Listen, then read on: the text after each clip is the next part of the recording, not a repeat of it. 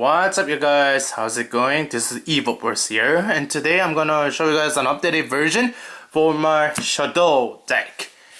Before I get this deck profile underway, I uploaded my very first version of this deck about a couple months back, and I honestly did not play that deck for long as I should that about, because I stopped playing that deck for about less than a month, and then YCS Toronto, Pat Jacobin rolled around, and so Lightsworn Shaddolls emerged from the earth, and so I completely edited my first version of the deck around, and then played Lightsworn Shaddolls because that deck has some aggressive plays, and although I absolutely loved playing that version of the deck, I don't want to upload it here to my channel because pretty much everybody saw it, because YCS Toronto and Pat Jacobin happened. So, and then I had this crazy idea. I want to create my own version of Shaddolls because I'm crazy and funny like that. So, with the help from a couple of my friends, I'm gonna show you that very fun, creative Shaddoll deck profile, which is this deck right here. So let's get on to this deck profile, which I think is, actually quite good. I mean, it's not great, but it still works. And here we go.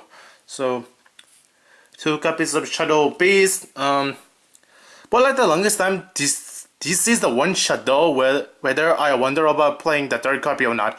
And I finally realized that 2 Shaddoll Beasts is enough, and you'll see why as the deck profile goes on. 2 copies of Squamata, 2 copies of Shaddoll Dragon, which is completely standard in any Shaddoll deck build. 2 Shaddoll Falco, because this deck can play 2, even though Falco is quite slow, but in this version of the deck needs 2 Falcos. I mean, or should I say, make use of the second Falco really quite well, because Falco can, in this version of the deck, can make uses of each of the Shaddolls more than once, even multiple times, particularly Beast. In this version of the deck, Falco can easily abuse Beast more than multiple times. So, and of course the Shaddoll Hedgehog, because 1 Hedgehog is enough. Alright, so let's continue on with the monster lineup. I played 3 copies of Mathematician. In this version of the deck, Mathematician is really good because it makes the deck quite controlling, because by summoning the Mathematician, you can build any monster from your deck except for Beast. But if you want to draw a card from the Beast, you can just summon this, mill Squamata, and from Squamata's effect, you'll mill Beast, and then you'll draw a card. Which, by then, you'll thin your deck by 2 cards. And Mathematician is also really good in the fact that when he dies by battle, you also draw a card from it. So, by just simply summoning this, your opponent would have to think about whether to kill this guy right up by battle, because you get an easy plus from it when he dies, because you get a card. And 1 black dragon and 2 white dragons, because in this version of the deck I only have 6 lights in the main deck, technically 10 if you count the extra deck, but in the main deck alone you don't have enough lights to support the second black dragon, so I only play 1, and 2 white dragons because nearly more than half of the monsters in the main deck is dark, so you can easily make aggressive plays with the white dragons. And I also play 3 effect pillar, which is quite good against Burning Events and Tellarknights, and also sometimes against Shaddolls because it stops Falco plays, and also Construct. So those are the other monsters. And for the boss monster, because Shaddolls have access to boss monsters, is one BLS, one Chaos Sorcerer. As I said with the Black Dragons, this version of the deck does not have enough lights to support the second Chaos Sorcerer in the deck, so I choose to play one, and honestly, it works quite well. One Eclipse Wyvern because I play Dark Armed. Usually, when I open Mathematician in this version of the deck, I would just summon it, dump a Eclipse Wyvern, and then banish Dark Armed, so that I have easy access to one of the main bosses in the deck. And that's not really a bad play either. Alright, so last two monsters that I choose to play in this deck are actually my two decks, and they are none other than two copies of Blackwing, Gale the Whirlwind. Now, there are three reasons why I play this card in the deck. One being, this is my favorite card in all of Yu-Gi-Oh, so I had to play it. And second reason being, you can shrink any monster that your opponent have, which is actually really good. And but the main reason, and the third reason being, is that this is a level 3 tuner, and the main reason why Lysol and Shaddoll was good, because it can go into the level asynchronous easily with the Raidens and the Black and White Dragons. And Gale serves that same purpose because you can go into level asynchronous with the Beast, because Beast is a level 5 and this is level 3 tuner, and you can go into level asynchronous with those two cards.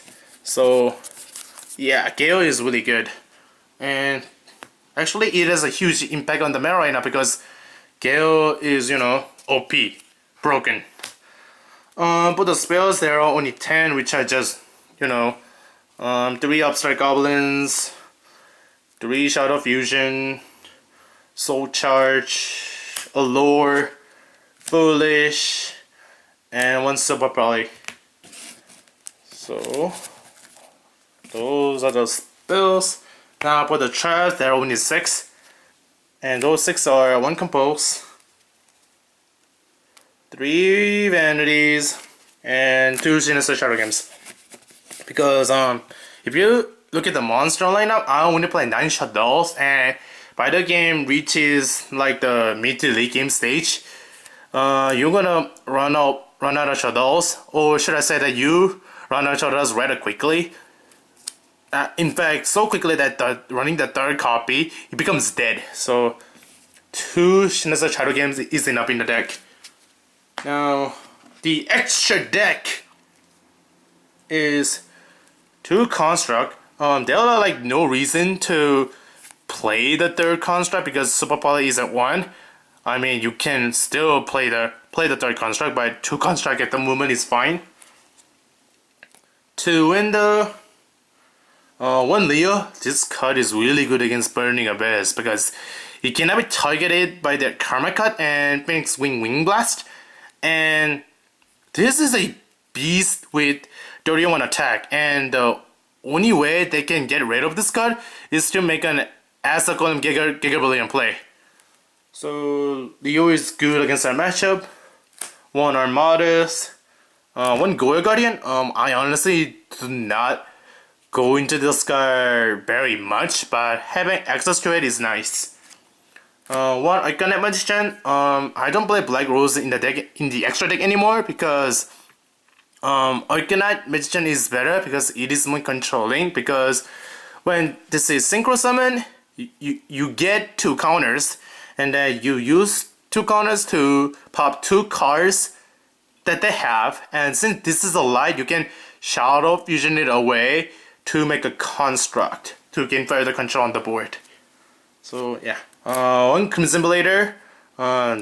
This card is godly in the mirror match because if Crimson Blader successfully kills their monster by battle, which is likely their Shadow monster, and if you guys hadn't realized, their main Shaddolls are not that big. So Crimson Blader's attack is most likely gonna go through, and they cannot Shadow Fusion and Winda with the construct. One star the Spark Dragon. $1. Like with Leo, this card is really good against Burning Abyss because you would just negate their Karma Card and Phoenix Wing Blast, and the life point gain that you gain from this card when it kills a monster by battle is actually quite nice if you are on time. And but the Xyz only play 4. One Exotonite. I honestly do not like this card that much, or in that regard, I rarely go onto it. But like I said, with Gore Guardian, having access to it is nice because nuking the board is fun. One Arc, one Castell, and one Abyss Roller. So that pretty much runs up the main deck, and I really like this version of the deck quite a lot. The main reason being that this is my own version of the deck, although I got help from a couple of my friends. So thanks guys for helping me make this deck. I'll mention it when I put this deck profile on Facebook. So yeah, so that about does it. Hope you guys like this updated Shaddoll deck profile of mine, and don't forget to comment, rate, subscribe guys. And this is Evilboard signing out. Peace out guys.